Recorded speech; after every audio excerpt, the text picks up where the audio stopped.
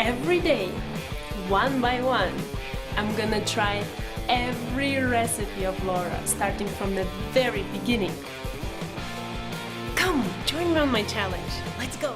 Hi everyone! My name is Ruta and welcome to the 264th day of my challenge where, yes, my voice will be this for today, but there's no way I'm skipping today's recipe because I have the turkey, I have the cranberry sauce, which by the way, if you're curious, I will leave the links to those recipes in the description box down below.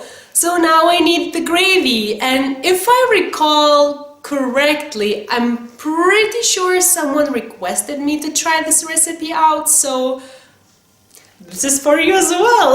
So besides the fact that I'm really looking forward to trying the turkey in the fullest glory with everything, I don't have really anything else to add. So if you're curious to see how it goes trying out this recipe for the very first time, then keep on watching. We're gonna need, for the stock, 500 grams of chicken wings, 1.2 liters of chicken stock, half a cup of white wine, 3 large carrots, cut in quarters, 2 large onions, quartered, 5 stalks of celery, cut in quarters, 1 large head of garlic, cut in half horizontally, 8 sprigs of thyme, 2 sprigs of rosemary, 1 sprig of sage, and 1 tablespoon of olive oil. For the gravy, we're gonna need a quarter cup of the fat drippings from the turkey, 30 grams of flour, 600 milliliters of strained turkey juices, and salt and pepper.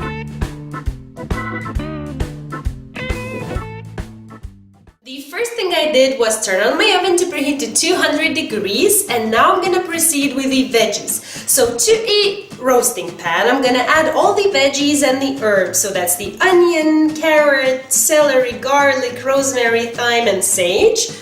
They all will go here. I'm gonna season them well with salt and pepper, drizzle with olive oil, and then using cook's best tools, toss everything together.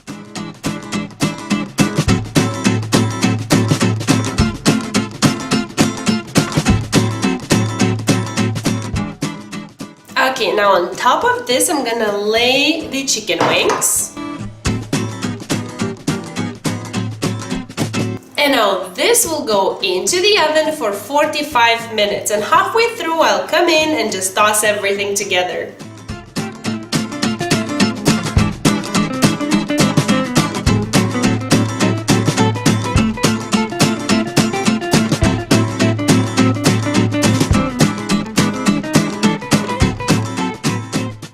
And now to this, I'm gonna add the wine and the chicken stock and put it back into the oven for another 45 minutes.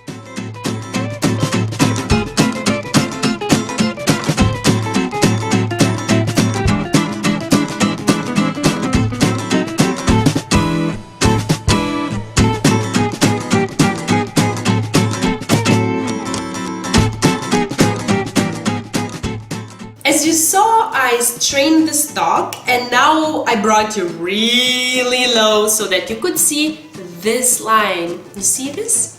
This is what separates the actual stock from the fat. Actually, this is the fat line. So now if you have a fat separator, use that to separate the fat because we will only use the stock. I don't really have fat separator, so I'll just use good old spoon and work on removing as much fat as I can.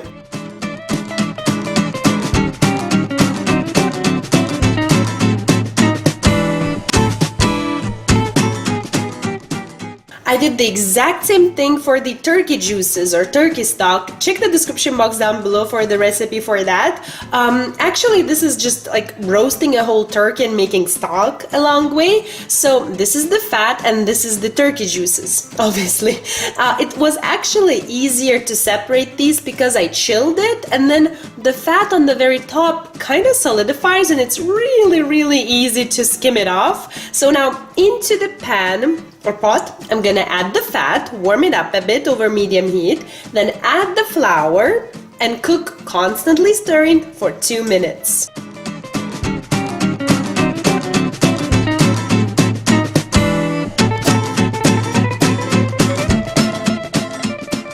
Alrighty, now I'm gonna switch to a whisk and slowly adding the stock we prepared. I'm gonna whisk it in.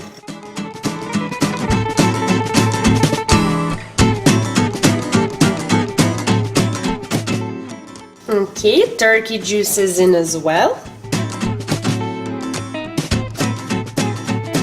And now I'm gonna bring everything to a boil. Once boiling, reduce the heat to low and cook for 10 minutes.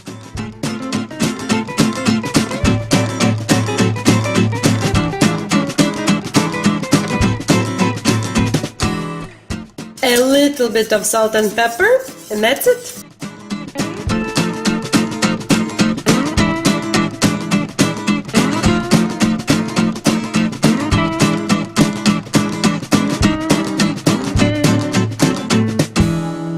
I'm so excited for today's dinner because I have a turkey, I have cranberry sauce, I have gravy now. I feel so fancy. I have a dessert. I will make the garlic roasted mashed potatoes, and I cannot wait for my brother and my cousin and their fiancés to come for dinner. So, okay, I will do something normal people don't do now. I'm gonna try gravy without anything. I wanted to say that we don't really have this like culture of making sauces like that, but at the same time I love like moist food, so like this will be great. That's why at first I thought I will just boil some potatoes next to the turkey, but when I heard Laura talk about how she just drowns her mashed potatoes in gravy, I was like, yes, I need to make the best potatoes, mashed potatoes ever. I will leave the link to that as well. Okay, enough mixing. Okay, how should I do that? Okay, that's a lot of...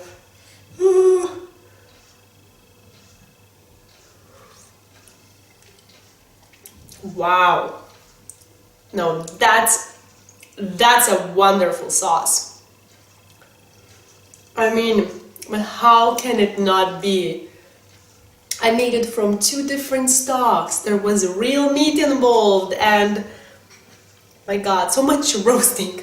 This is great.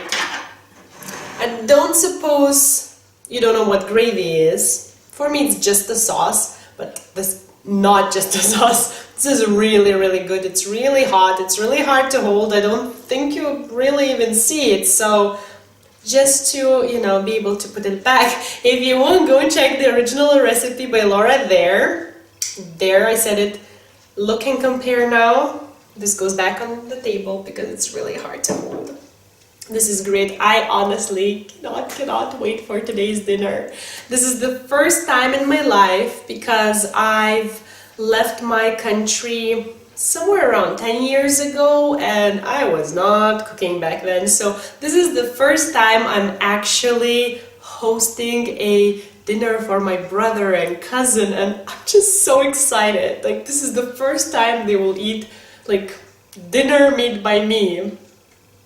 I'm so thrilled, honestly. So anyways, I really hope that this was fun and helpful. If you're making roasted turkey, I highly suggest going an extra step and making the gravy because, I mean, drowning anything in awesome sauce is the best. So that's it. I'm going now to finish up the preparations. I'm really, really excited for that, and I will see you soon. Bye!